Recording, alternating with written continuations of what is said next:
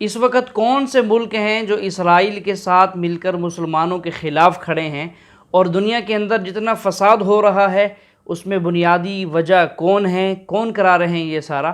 آئیے ناظرین، اہم معلومات ہیں آج کی ویڈیو میں آپ سنیں گے ڈاکٹر اسرار احمد صاحب سے۔ گزارش ہے ویڈیو کو آخر تک لازمی دیکھیے گا اور ہمارے چینل کو سبسکرائب کرنا نہ بھولیے گا۔ میری عرض سنیں، یہ اسرائیل کی اسٹریٹجی ہے۔ اچھا، یہ اسرائیل کی کوشش ہے کہ مسلمانوں کو لڑاؤ۔ یہ جتنی آگ لگی ہوئی ہے نا مسلمان دنیا میں، آپ اس کے پیچھے کہیں نہ کہیں جائیں گے تو اسرائیل ہوگا، کیونکہ اسرائیل کی بڑی سمپل کوشش یہ ہے کہ وہ یہ آپس میں لڑتے رہیں اور یہ کمزور ہوتے رہیں۔ ایران عراق کی لڑائی کروائی، پھر عراق کو تباہ کروایا، اس کے پیچھے ہے وہ۔ اب ان دونوں کو جب بینگ اسٹیٹس مین دونوں کا جی بتائیے، اب ان دونوں ہمارا اگر مسلمانوں کے دشمنی کی کوشش ہے کہ ان آپس میں لڑائیں اور شیعہ سنی کے بیچ میں، ہماری کوشش ہونی چاہیے ان کو اکٹھا رکھیں۔ اس وقت عالمی سطح پر یہودی جمع عیسائی بریکٹ میں کر لیجیے اور امریکہ جمع یورپ یہ بریکٹ میں کر لیجیے۔ ان کا معاملہ کیا ہے؟ اصل جو ہے اس میں پیچھے مائنڈ ہے، ماسٹر مائنڈ، سازشی ذہن، وہ یہود کا ہے۔ باقی عیسائی اعلی کار بن گئے ہیں۔ جو 100% اعلی کار ہے یہود کا وہ پروٹیسٹنٹس ہیں۔ پروٹیسٹنٹزم یہود ہی نے پیدا کرایا تھا۔ یہود ہی نے یورپ کے اندر سود کا رواج شروع کروایا، ورنہ سود حرام تھا۔ وہاں پر بھی یوزری بھی اور کمرشل انٹرسٹ بھی دونوں حرام تھے، یہ یہودیوں نے کروایا۔ اور پھر پہلا بینک بنوایا ہے انگلستان کے اندر، بینک آف انگلینڈ۔ اور جو پوپ کے خلاف بغاوت کرائی تو پہلی بغاوت ہوئی انگلستان کے اندر، جو چرچ آف انگلینڈ علیحدہ ہو گیا پوپ سے، اور اسی کو یہودیوں نے قرار دیا یہ ہمارا ماڈرن اسرائیل ہے۔ یہ اسرائیل ہمیں دیا ہے گاڈ نے، یہ جو ہے برطانیہ۔ اس کے کچھ عرصے کے بعد یہی جو ہے ایکسوڈس ہوا ہے اور وہ امریکہ میں جا کے آباد ہوئے۔ لہذا امریکہ کو بھی جیوز نے کہا ہے دس از اندر اسرائیل، یہ ہے ہمارے اصل اسرائیل، ماڈرن اسرائیل یہ ہے۔ اس لیے کہ جو انہیں وہاں پر اقتدار حاصل ہوا ہے، جو قوت حاصل ہوئی ہے، جس قدر دولت انہوں نے وہاں جمع کی ہے، وہاں کے جس طریقے سے جکڑ لیا ہے حکومتوں کو، فرنگ کی رگے جہاں پنجے یہود میں ہے۔ ٹھیک 100 سال پہلے علامہ اقبال یہ مشاہدہ کر کے آ گئے تھے یورپ میں، اور کون دیکھنے والا تھا کہ وہاں کیا ہو رہا ہے، بیہائنڈ دی سین کیا ہے، سامنے کیا ہے، پردے کے پیچھے کیا ہے۔ فرنگ کی رگے جہاں پنجے یہود میں ہے۔ اس وقت فرنگ کا امام تھا برطانیہ، یہ وہ سلطنت تھی جس پر سورج کبھی غروب نہیں ہوتا تھا۔ آج وہ فرنگ کا امام امریکہ ہے۔ یہ برطانیہ تو اب وہ جو ایک نظم ہے کہ بچپن میں پڑھی تھی، London bridge is going down going down going down, اس کی مثال ہے۔ برطانیہ کی تو کوئی حیثیت ہی نہیں ہے، ورلڈ پاور کی حیثیت نہیں ہے، وہ تو چھوٹا بھائی اس نے بنا رکھا امریکہ نے اپنا، تو اس حیثیت سے جو ہے اس کی کوئی حیثیت ہے، ورنہ کوئی اور حیثیت نہیں۔ بہرحال ان دونوں میں یہ ہے کہ پیچھے ماسٹر مائنڈ، سازشی ذہن، پلاننگ، سکیم ساری یہودیوں کی۔ اعلی کار امریکہ سب سے بڑھ کر، اس کے بعد برطانیہ، اور اس میں اصل پروٹیسٹنٹس، ان میں بیپٹسٹ، ان میں اس سے بھی آگے بڑھ کر ایونجلسٹ، جن کو کہتے ہیں بورن اگین کرسچنز، جن کو کہتے ہیں نیو کنزرویٹو کرسچنز۔ یہ تمام اصطلاحات آپ اخبارات میں پڑھتے ہوں گے، ان کو گروپ کر لیجیے۔ یہ اصل اعلی کار، ان کو نیا نام دیا گیا ہے کرسچین زائنسٹ۔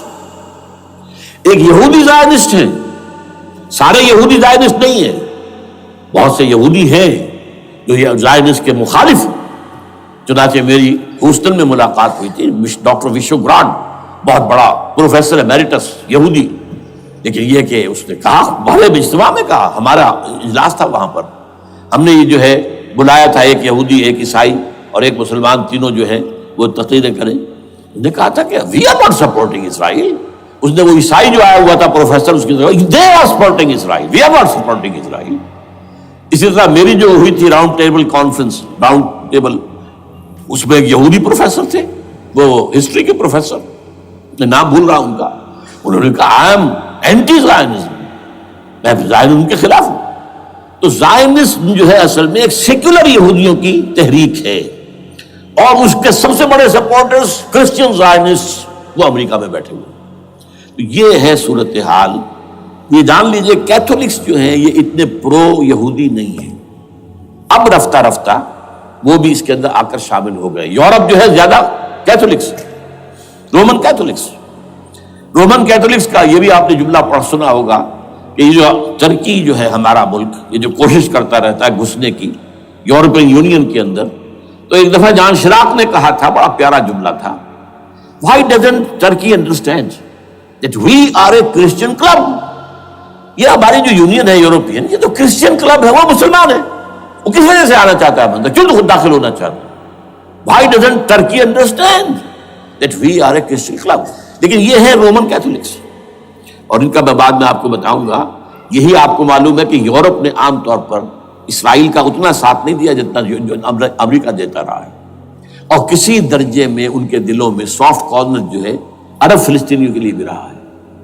یہ معاملہ ایران کے بارے میں بھی رہا ہے، جس قدر اسٹرانگ ایکشن امریکہ لینا چاہتا ہے، یہ جو ہے اس کے ساتھ نہیں ہے۔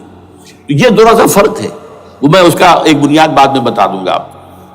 بہرحال ان کا ایک جو ایجنڈا ہے وہ دو، سمجھیے کہ دو اس کے نکات ہیں، دو رسیوں کے مانند یہ آپس میں بٹا ہوا ہے۔ پہلا، عالم اسلام کے مادی اور مالیاتی وسائل، خصوصاً تیل پر قبضہ،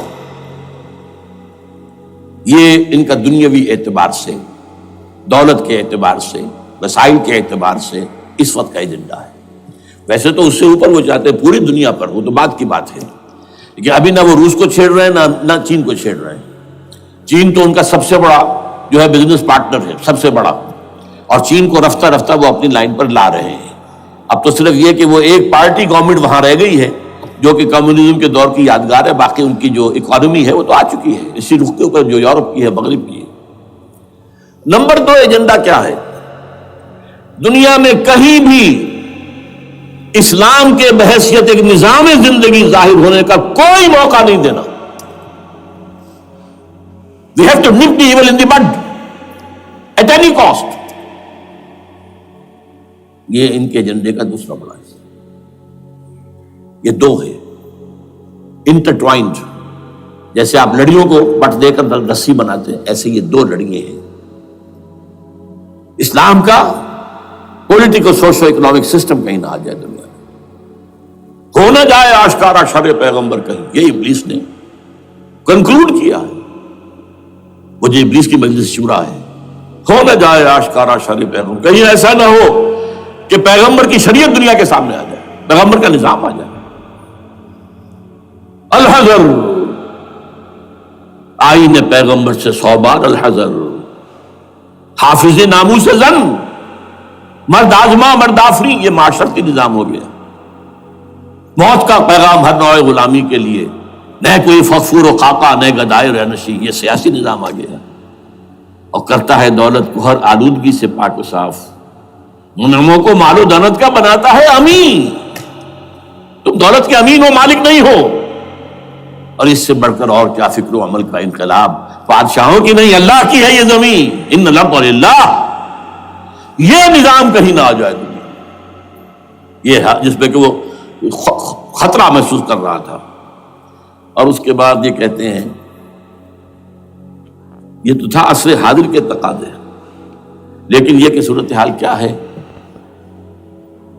ہو نہ جائے آشکارا شر پیغمبر کہیں، ہے یہی، یہ معاملہ اس طرح رکھو کہ خود مومن ہے محروم یقین، یہ غنیمت ہے کہ خود مومن ہے محروم یقین۔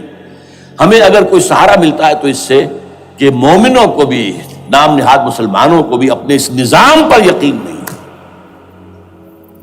وہ نماز پر یقین رکھتے ہیں، روزے پر رکھتے ہیں، زکوٰۃ کو بھی دو بیج اللہ تعالیٰ جس کو توفیق دیتا ہے، حج کرتے ہیں، عمرے کرتے ہیں، یہ ہے سب، لیکن یہ کہ یہ غنیمت ہے، چشم عالم سے رہے یہ پوشیدہ یہ آئین تو خوب۔ وہ ابلیس کہتا ہے کہ یہ آئین چشم عالم سے پوشیدہ رہنا چاہیے، یہ غنیمت ہے کہ خود مومن ہے محروم یقین۔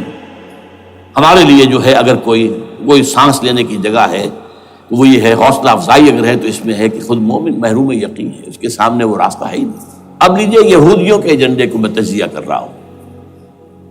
سب سے پہلے World Bank, IMF، globalization, TRIPS, ان تمام ہتھ کنڈوں کے ذریعے عالمی مالیاتی استعمار، جو بظاہر امریکہ کا ہوگا حقیقتاً یہود کا ہوگا. یہودیوں کے نزدیک پوری نوع انسانی حیوانوں کے مانند ہے. They are not human beings, they are goyims, they are gentiles. یہ انسانی شکل میں حیوان ہیں, اور جیسے حیوانوں کو ایکسپلائٹ کرنا, استعمال کرنا انسانوں کا حق ہے. گھوڑے کو آپ باندھتے رہے ہیں نا ٹانگے کے آگے, اور بیلوں سے آپ ہل جتواتے رہے ہیں, تو جیسے یہ حق ہے ایسے ہمارا حق ہے پوری دنیا کے جو ہے وسائل ان کو کھینچے. ہاں جیسے گھوڑے اور بیل کو بھی کوئی نہ کوئی دانہ تو ڈالنا پڑتا ہے, چارہ تو دینا پڑتا ہے, تو ان کو بھی کچھ دو. یہ پوری نوع انسانی ورکرز بن کر رہ جائے, حیوان بن جائیں بالکل. شہوت کے غلام بنا دو انہیں, اخلاقی اقدار کا بیڑا غرق کر دو, خاندانی نظام کو تہوبارہ کر دو. یہ باقاعدہ جو protocols of the elders of the Zion تھے ان سب میں موجود ہے لکھا ہوا, جو 1897 میں انہوں نے پاس کیا اپنا پروگرام بیسل میں, سوئٹزرلینڈ کا ایک شہر ہے. Protocols of the elders of the Zion. ان کو حیوان بنا دو, بس حیوانوں سے کام لیتے رہو. ہاں ان کی کمائی کا کچھ حصہ ان کے لیے چھوڑ دو, وہ بھی زندہ رہیں, وہ بھی آخر کام کیسے کریں گے, اور اصل جو ہے ملائی کھینچ دو اپنے اس نظام کے ذریعے سے. World Bank, I M F, stock exchange, TRIPS, globalization, اس کے ذریعے سے عالمی مالیاتی استعمار. تو ناظرین آپ سن چکے ہیں جیسا کہ ڈاکٹر صاحب فرما رہے ہیں, حقیقت میں یہ سب آج کی زندگی میں ہو رہا ہے. آج مسلمان جو پس گیا اس کی وجہ یہی ہے, اندر سے کھوکھلا ہو گیا, یہودیوں کے قبضے میں جکڑ چکا ہے, جس کی وجہ سے ہاتھ تو ہیں پاؤں ہیں لیکن ہاتھ پاؤں مارنے کی سکت ختم ہو گئی ہے, وہ جرت نکال دی گئی ہے.